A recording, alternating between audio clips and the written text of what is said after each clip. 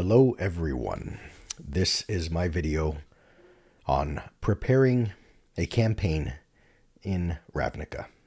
Guildmasters Guide to Ravnica. On the left, you have Guildmasters Guide to Ravnica, Guildmasters Guide to Ravnica in D&D Beyond format, the entirety, the whole thing, the whole book. And on the right is a blank page with a flashing cursor, which is where I'll type my notes to keep track of what's going on. This video will be in a similar vein to my preparing a campaign in Eberron, preparing a campaign in Wildmount, essentially giving you a peek behind the curtain, a peek inside my mind of my creative process and some of the things that I might think through and, in turn, actually do to help me get an adventure, a story, a campaign to the table. Now, you do not have to play in Ravnica. You may be playing in Forgotten Realms, in Eberron, in a different setting, in a world of your own creation. You also do not have to build a campaign. You might be fishing for a little bit of creative fuel to help you bring something to the table, a one-shot, a couple of nights of gameplay. I think the value here is in seeing the behind the curtain and seeing the behind the scenes to it all. And, well, let's just jump into this, right? So, I know a little bit about Ravnica. I have run a campaign in it before, but it's been a little while. We're not going to delve into all of the little nuts and bolts of it. So the first thing is you do want to have some familiarity with the source material, right? They always say if you were running adventures, one of the best things you can do when you're going to run a module, if you really want to be prepared, whatever that means, read through it top to bottom, front to back first, right? That way you kind of know where things are leading. So you don't have to read through the entirety of this book. And I would actually, as much as I just said, you want to delve into it and understand the content before you begin play. The reason why I'm going to caution against that is my goal here is to get you started, to remove that kind of blank page, if you will, to remove the writer's block, the hesitation you may have of, this is an amazing world, it's huge, there's so many guilds, factions, NPCs, and interesting places to go. It's 2,000 miles wide by 2,000, there's plains and there's traveling to other worlds and there's oceans and all these rumors and mysteries and 94 gods. It's Forgotten Realms. I don't know where to begin. I'm sort of a new DM and I was volunteered to be the DM and this is the world that we all decided to play in and the game is tonight. So I want to kind of move you through this efficiently so that you can just get something going, okay? Now, while I did say that this is going to be very similar to preparing a guide or preparing a campaign in Eberron and Wildmount, I'm not necessarily going to use the 5-bullet system for this video. But I'm going to show you maybe just some other ways that I might chunk through this to get this to the table. The selling point of this, okay, so as much as I just said, don't digest and delve into it too much. That way you can just get started. You don't have to take 3 weeks to read the whole book. Find out what makes the world tick. Why play here instead of Forgotten Realms, etc. Okay, give me a moment. Fit page. All right, that might work. Let's make this a little bit bigger. There we go. So you can read it, yeah? All right. We'll make it in bold. Find out what makes the world tick. Why are you playing in Ravnica instead of Forgotten Realms? And the reason why you want to detail that is simply because lean into those aspects. In Ravnica, specifically, as it says, I think, the lifeblood of this setting are the 10 guilds. So that's going to point you in the direction of where you want to begin, right? For example, Eberron might be the houses. Look to the houses. It might be the technology, the use, the abundance of low-level magic throughout a city, sort of like Sharn. Maybe Sharn is the selling point that really is sort of the standout of Eberron to you. Maybe it's the Mournland and what happened with Seer. Maybe you're just going to lean into the aspects of the last war and how all of the various factions and nations are coping with the end of the war. right? Forgotten Realms, there's a million different things that can really set you into the realm of Forgotten Realms, right? Maybe it's specifically it's Waterdeep, maybe it's Zental Keep, maybe it's the diverse pantheon. Find what it is that makes that world tick. That's why you and your players are choosing that world. In this case, it's the guilds, okay? So as a launch point, what I'm going to do is I'm going to lean into the guilds. Now, I know a little bit about them. I know the general gist of sort of who are the quote unquote seemingly good guys, maybe the bad guys, who are the ones that are, that provide stories that might lean into interrogation and subterfuge and intrigue, which are the guilds that might lean into a little more combat-oriented gameplay. I know enough about that. So find what it is about that world that ticks, and then learn about that. You don't need to learn about the whole world. Just find something that is sort of a theme of that world and lean into that. Okay, so let's do this. Find what makes it tick and lean into that. Learn what you can about that. Notice I didn't say learn all you can, because you've got to get this to the table, right? You've got to make this thing shine. And for that to happen, at some point, you got to just kind of get to work, get some crunch going. You don't have enough time to read everything there is out there on the guilds, okay? So what I'm going to do is, jumping over here, let's just take a look at the welcome page. Let's see what's here. Right here. In all their fantastic diversity, the cosmopolitan citizens of Ravnica go about their daily business in bustling markets and shadowy back alleys. Shambling pack animals, such as mammals, reptiles, insects, and bizarre hybrids alike, carry their loads through the streets, while untamed wild things lurk in verdant green belts, rubble-strewn ruins, and sewers. And interwoven throughout it all, 10 guilds vie for power, wealth, and influence. Here's the 10 guilds.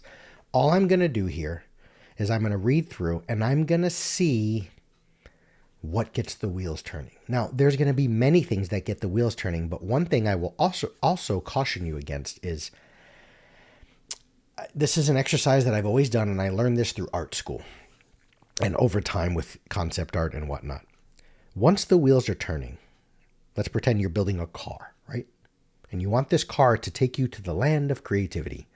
Once the wheels of that car are turning, jump on, ride that car, and see where it takes you.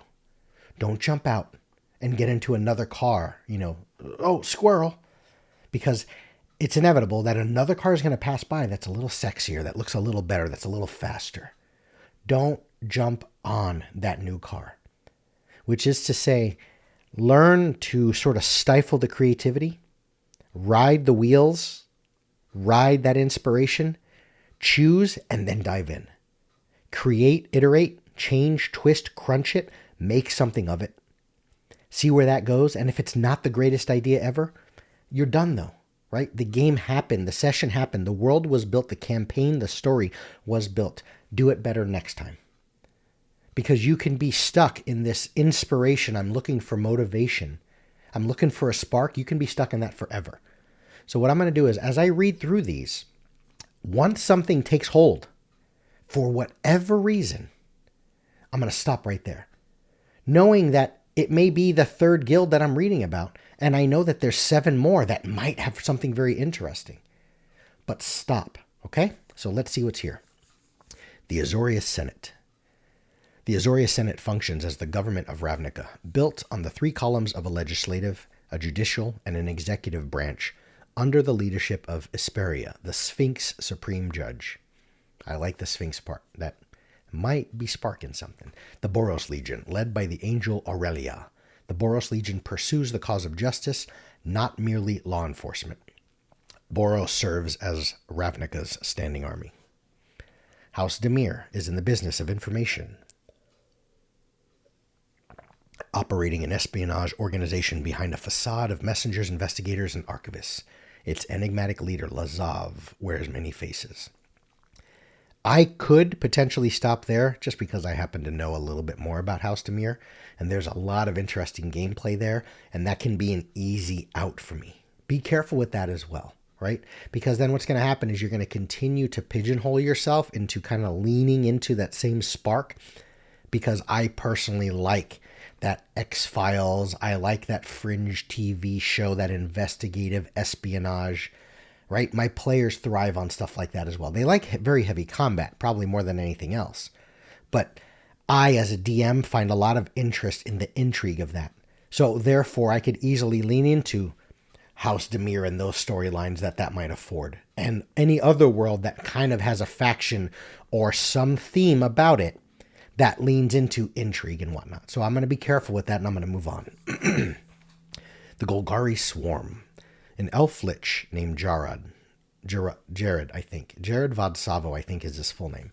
He guides the Golgari Swarm's masses as they lurk in the Undercity, where they process the city's waste and see to the new life that emerges from death and decay. There's something there. There's something there. An elf lich, amazing. I love the name. Jared, I happen to know his name is Vodsavo. But this sort of part of the sentence here. The Golgari swarms masses as they lurk in the Undercity, where they process the city's wastes and see to the new life that emerges from death and decay. This is the, I guess, strangeness of my mind, but I believe this is how creativity kind of works. There's a very, Bob Ross used to say, very serendipitous, happy accidents, right? I was reading, updating myself after this past weekend with football. So I'm watching ESPN, right? The Sports Center stuff. I believe Sports Center is owned by Disney. And in recent weeks, I've been looking at Disney, which brought me into Pixar, which brought me into WALL-E, right? Like kind of going through that checklist of what are my favorite Pixar movies. Notice how initially this sounds very unrelated, but I will show you how we bring it all together and why you want to ride that wave, ride that spark. So my mind has been thinking about Disney and Pixar and WALL-E and this kind of trash compactor guy, this machine, right? Like a trash compactor, a garbage disposal type of thing. And he's meandering through this like graveyard of machinery, right? There's pipes and steampunk things and gears and old washing machines and just this machine graveyard, this Modron tomb, if you will. And something here sparked where they processed the city's waste. So you know what I'm going to run with? And here it is. And here's where we can now take something, stop looking, and create this campaign. My players came to me and said, hey, tomorrow night, next week, we're starting session 1 of our campaign in Ravnica. Come up with a cool story. How do you begin? There's 10 guilds. There's like 200, 300 pages to chew through. Where do you start? Find the theme, the guilds, read a little bit about them, figure out where the spark leads into something that you might already be, that's sort of lingering dormant in your mind, and then run with it. So how do we run with this? Okay, here we go. I like the idea of the Golgari Swarm. Processing trash and building something from it. Okay, so we're going to move this down. We're going to put this back in black. Isn't that a Metallica album, I think? Okay, here we go. Big bullet point. And we're going to go this cool. Let's now find our touchstones. I'm thinking WALL-E. I'm thinking Gollum. A trash golem, if you will. I am having a bit of an issue. I love you guys. So what I'm going to do is I'm going to continue with what I'm doing, but something's going on with my camera. It's making noises. So I'm going to go ahead and stop my beautiful face. But I'm going to continue with this business. Okay? So bear with me. All right, guys. I know you don't see me, but I'm still here. I'm still here. I promise. I promise. Okay. I'm thinking of a golem, a trash golem, and WALL-E. And then I'm thinking of Miyazaki. I'm thinking of like Howl's Moving Castle.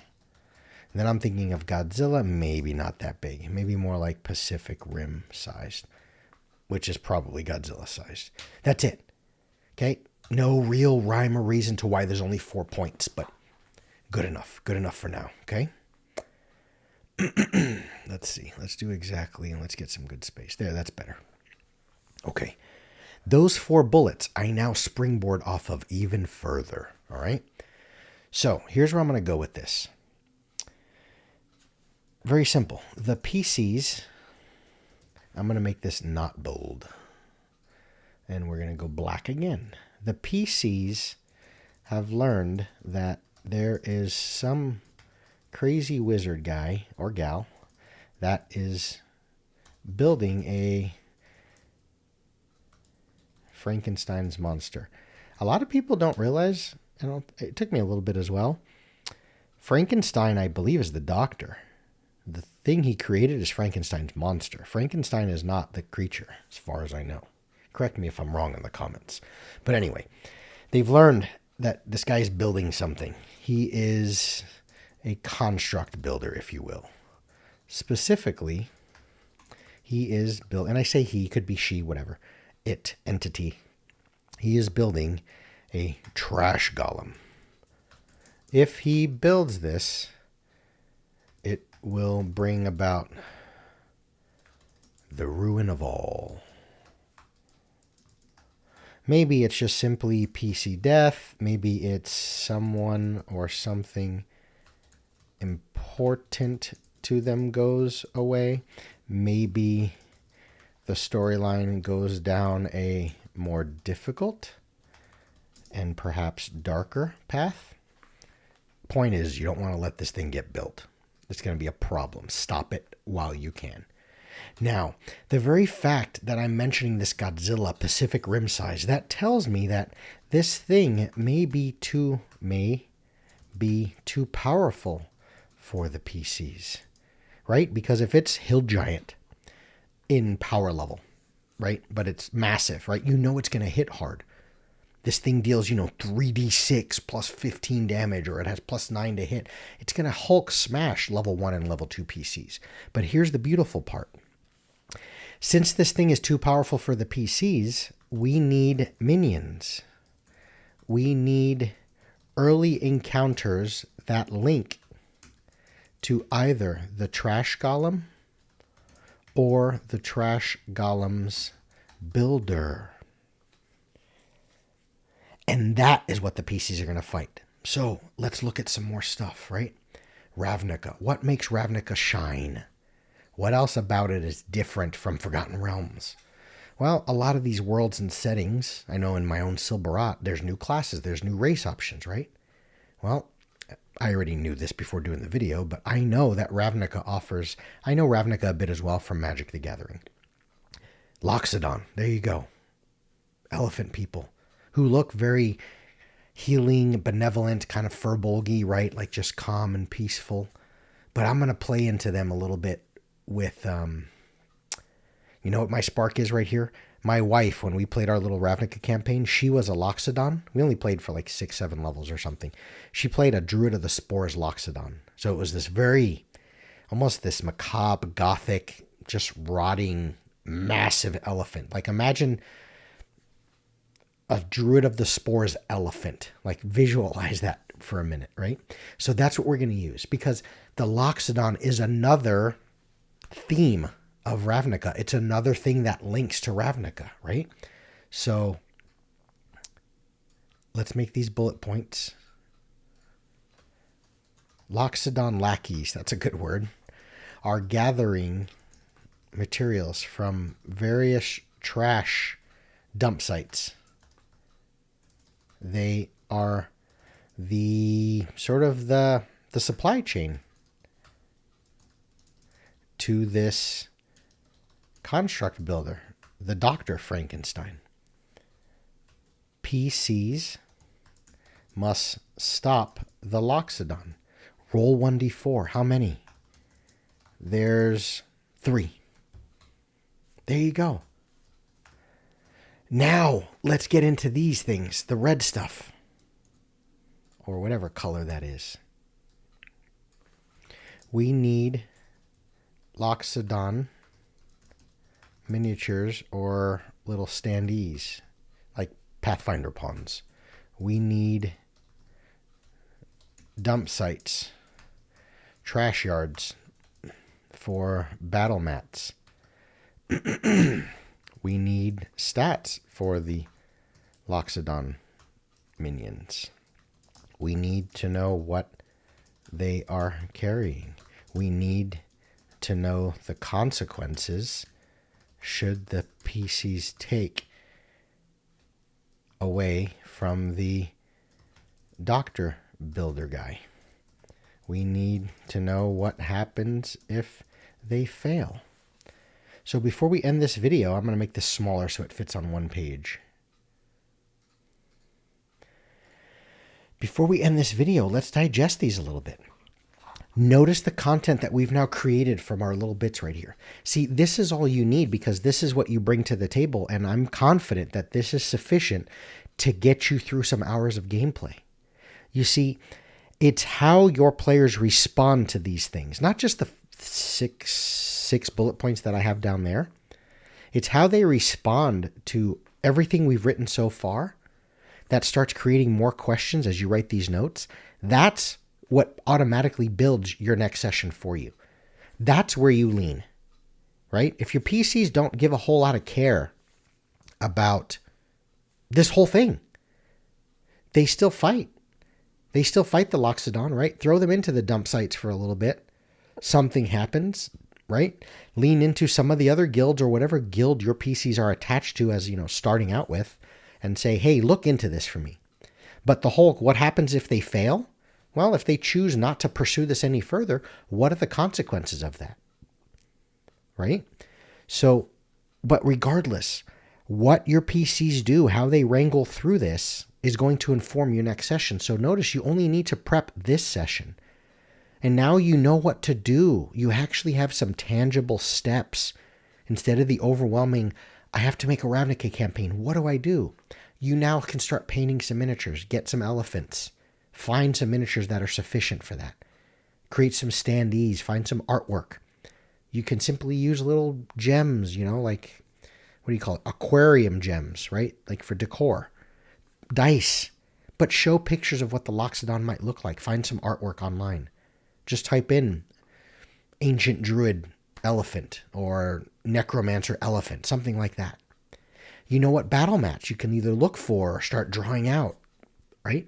Think of how cool that would be if the Loxodon encounter the group. And yes, we're talking low level, low CR things.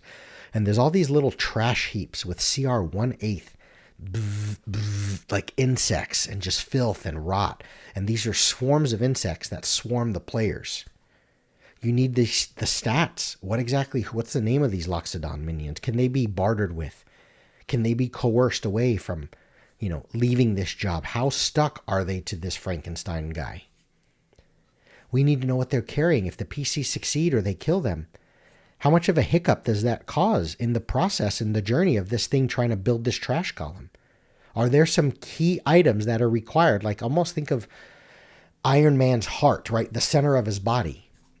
What if these Loxodon had in their little, their cargo train of crates that they're bringing from the trash heaps? What if they've gathered up the final pieces, the final gears that form the eyes of this trash column? And without that, the trash column is blind. Therefore, the Frankenstein guy isn't going to build it. What if the PCs kill these guys, the Loxodon, and they take those gears, those eyes? Right? But now notice what we've done. You've now created a villain because now this Dr. Frankenstein hates you because you're mucking about with his creation, right? Leads us into, we need to know the consequences. Should the PCs take away from the Dr. Builder guy? They are now interrupted his supply chain. Will there eventually be more Loxodon? How many lackeys are in the waiting to just do the bidding, to gain the honor and the favor from this Frankenstein guy? So eventually there's more Loxodon that are going to come. Do the PCs need to get rid of the gear, the stuff, the supplies they stole? Right? Hide it somewhere within their guild. Maybe their guild doesn't want anything to do with it. Get that thing out of here. It has this Druid of the Spores, Golgari filth. But they don't want to keep it with them because that makes them a target. right? Because now Dr. Frankenstein guy's like, we know who stole my supplies. Hunt them down and retrieve that for me.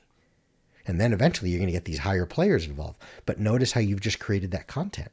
And then finally, like I had said a little bit earlier, what happens if the PCs fail, if the Loxodon simply beat them? This doesn't have to be a TPK, they're dead moment. Remember, they're not fighting Dr. Frankenstein. They're certainly not fighting the trash column. It hasn't been built yet. But what happens if they just miss these Loxodon by a day, by an hour? Can they still stop the ritual, if you will? Right? But that's it. That's all we need. But now notice we're leaning into Ravnica. We have Loxodon. We've got a Trash Golem and Golgari Swarm and their interaction with that. We've got some different players that might lean into the Golgari and what they might look like. And then you can start, but now you're informing where to read later. In the downtime between sessions, besides how your PCs reacted to this, you can now read a little more about the Golgari Swarm. Who are their allies? Who hates? What other guilds might not like the Golgari Swarm? They may be the best place to store these items. They may be the place the PCs can go to rally some aid and to find allies. And that informs your next session. And you do the same process of stop finding inspiration. When something sticks, lean into that, create some bullet points, and with the answers and questions from those bullet points, you create physical, tangible steps. And that is how you create a session. Stack those sessions on top of one another, and you have a game, folks. You have a campaign. That's one of many ways to go about it, but I hope that helped everyone. I will see all of you later. Apologies again for the camera cutting out on me. I will delve into that damn thing. See you guys. Bye.